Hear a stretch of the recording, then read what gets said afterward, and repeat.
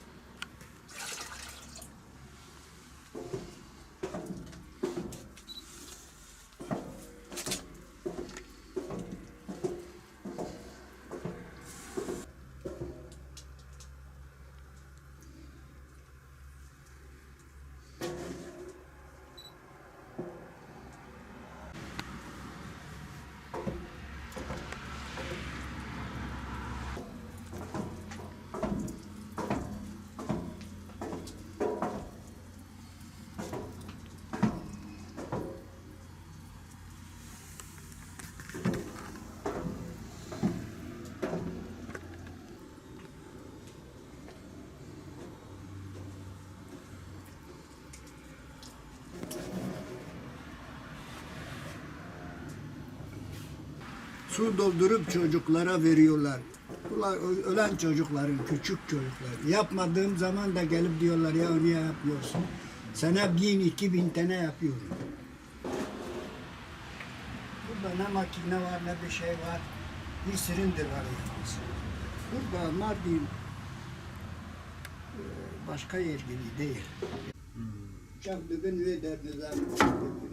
Ne alayım?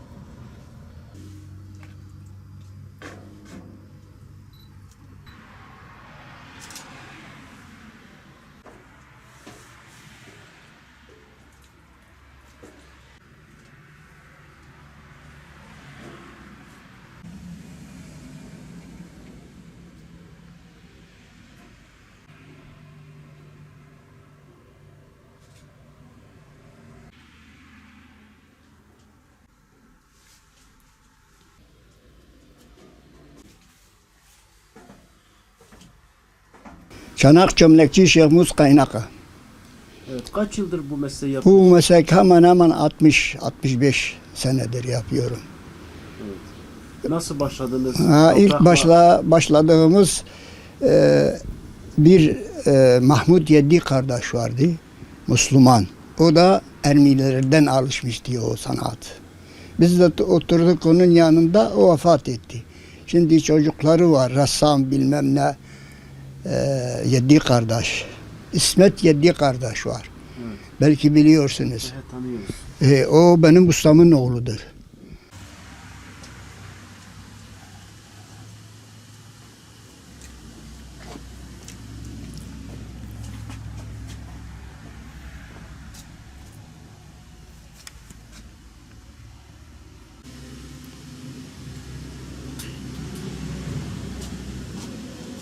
Ölümüze gelmiş ziremiz gideriz. Yoksa bu sanattan başka Peki senden sonra yapacak biri var mı? vallahi kimse yok.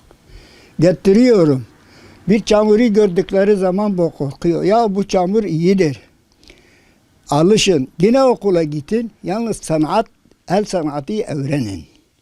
Efendim çamurdur. Korkuyorlar çamurdan.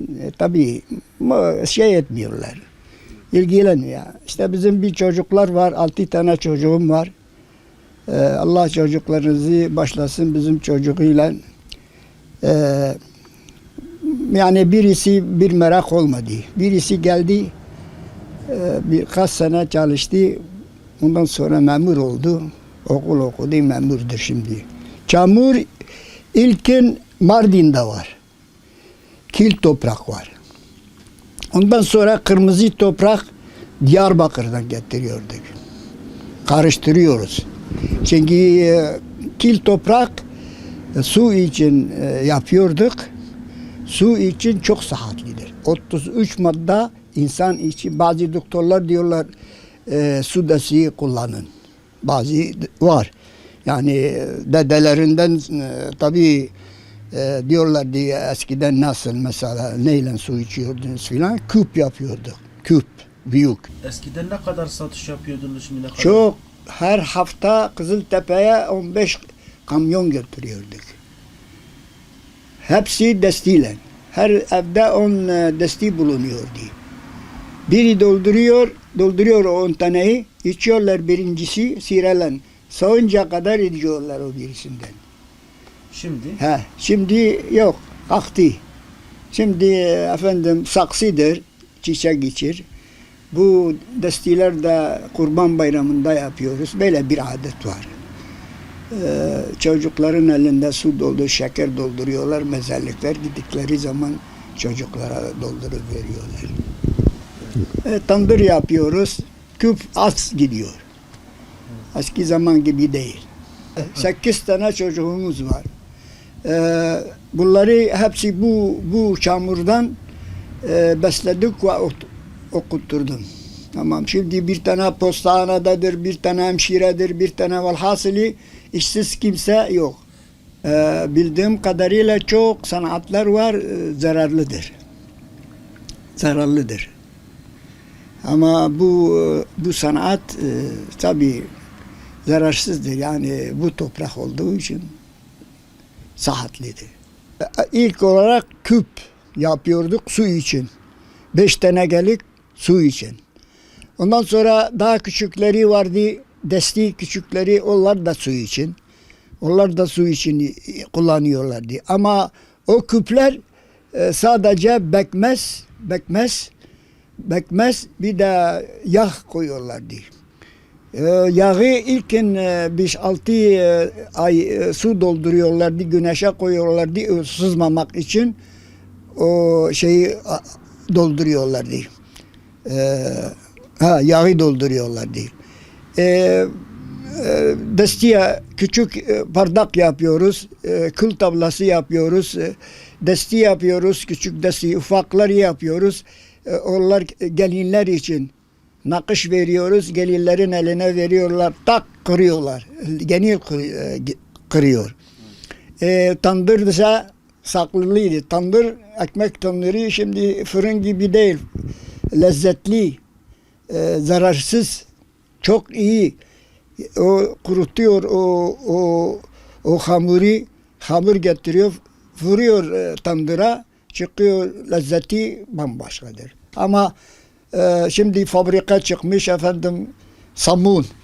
Samun buna benzemez ki. İçi hepsi daha pişmemiş. Yüzü pişmiş ama içi hamur gibidir. Yani sağlıklı değil o. Ama millet vuruyor. Saksı yapıyoruz çiçekler için. Ne diyorum? Sarma taşı var. Hani bazı taş maş koyuyorlardı. Nereden getiriyorlardı? Ama şimdi çıkarttık o taş, sarma taşı tencerenin üzerine koyuyorlar. O yemek kabarmamak için. Lezzetli olur, güzel olur. Kırmızı toprak. Maden. Bir toprak. Sağlıklı toprak. Bir toprak.